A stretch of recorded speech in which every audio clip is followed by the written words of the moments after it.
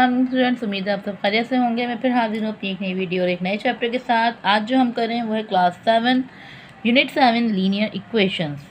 तो linear equations की अगर हम बात करें तो ये अलजबरा का आपका टॉपिक है। जैसे कि हम क्लास 6 में प्रीवियस पढ़ चुके हैं। लीनियर इक्वेशन में जो चीज़ें होती है जैसे वेरिएबल है, कॉन्स्टेंट है, लिटरल है, इक्वेशन है, उसमें हमारे पास लीनियर इक्वेशन और इक्वेशन का क्या फ़र्क है, तो इसे हम देखेंगे यहाँ जो इसमें मज़ीद। ओके ना, एक्सरसाइज 7A मेरे पास मौजूद है। इसमें है classify the following as expression और इक्वेशन। कुछ एग्जांपल मुझे यहाँ गिवन की और उसमें मैं क्लासीफाई करना है कि कौन सी एक्सप्रेशन है और कौन इक्वेशन है। Also identify the linear equation, और हमें इसमें लीनियर इक्वेशन को भी आइडेंटिफाई करना है। तो अगर मैं एक्सप्रेशन और इक्वेशंस की बात करूँ तो एक्सप्रेशन वो होते हैं जहाँ वेरिएबल, कॉन्स्टेंट और साइन तो मौजूद होता है लेकिन इक्वल्स टू मौजूद नहीं था। ये जो इक्वल्स टू है ये फ़र्क ख़त्म करता है इक्वेशन और एक्सप्रेशन के दरमियान। ठीक है, जहाँ आपके पास इक्वल्स टू मौजूद हो जाएगा वो आपकी इक्वेशन बन जाएगी, और जहाँ इक्वल्स टू मौजूद नहीं है यानी सिर्फ कांस्टेंट है, वेरिएबल है और साइन मौजूद है तो वो आपकी एक्सप्रेशन है। अब इक्वेशन और लीनियर इक्वेशंस का फ़र्क क्या होता है कि अगर कोई भी इक्वेशन मौजूद है और उस पर कोई भी अगर पावर मौजूद है, किसी भी वेरिएबल के ऊपर अगर पावर मौजूद है तो वो सिर्फ आपकी इक्वेशन है।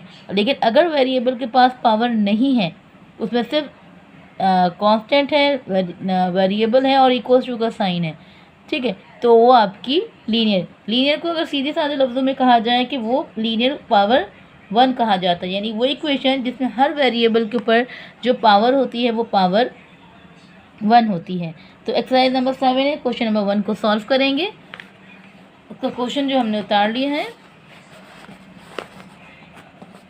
ओके, पहला मेरा क्वेश्चन है, उसमें लिखा हुआ उन्होंने 9 + t। कांस्टेंट है, वेरिएबल भी मौजूद है लेकिन इसमें कोई भी इक्वल टू का साइन मौजूद नहीं है, तो ये मेरा क्या हो जाएगा, ये मेरा एक्सप्रेशन हो जाएगा। इसी तरह b जो मेरा मौजूद है वो है x - y² = 35। यहाँ पर इक्वल टू मौजूद है और वेरिएबल के ऊपर पावर भी मौजूद है, तो ये मेरा इक्वेशन हो जाएगा। थर्ड मेरे पास गिवन है 2x + 5 = 24। तो यहाँ पे भी कांस्टेंट है, वेरिएबल है और इक्वल्स टू मौजूद है, और वेरिएबल के ऊपर कोई भी पावर मौजूद नहीं है, तो ये आपका लीनियर इक्वेशन हो जाएगा। Fourth one is g + 2 × 5। तो कांस्टेंट, वेरिएबल लेकिन इक्वल्स टू का साइन मौजूद नहीं है, तो ये आपका एक्सप्रेशन हो जाएगा। ओके, फिफ्थ वन आपके पास जो गिवन है 22 - xy²। तो यहाँ पे भी कांस्टेंट, वेरिएबल और पावर मौजूद है लेकिन इक्वल्स टू मौजूद नहीं है, तो ये आपका एक्सप्रेशन हो जाएगा।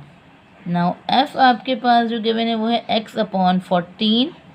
तो इसमें भी कांस्टेंट और वेरिएबल मौजूद है, कोई इक्वल टू का साइन मौजूद नहीं है, तो ये भी आपका एक्सप्रेशन हो जाएगा। ओके, तो जी आपके पास मौजूद है 25 / 5b = p। कांस्टेंट, वेरिएबल और इक्वल्स टू, और वेरिएबल में पावर जो है वो 1 है, तो ये आपका लीनियर इक्वेशन। ओके जी, उसके बाद h जो आपके पास गिवन है वो है d² - a। कांस्टेंट, वेरिएबल और पावर मौजूद है लेकिन इक्वल्स टू मौजूद नहीं है, तो ये आपके एक्सप्रेशन हो जाएंगे। And the last one is i यानी कि 10 जो है वो है 2x = 8 + x + a। Constant, variable सब मौजूद है, इक्वल टू मौजूद है, वेरिएबल की पावर 1 है, तो ये आपकी लीनियर इक्वेशन हो जाएगी। ठीक है, तो ये हमारी एक्सरसाइज 7A जो है वो कंप्लीट होती है। अगर आप लोग को ये वीडियो पसंद आई है तो सब लाइक करें, कमेंट करें और सब्सक्राइब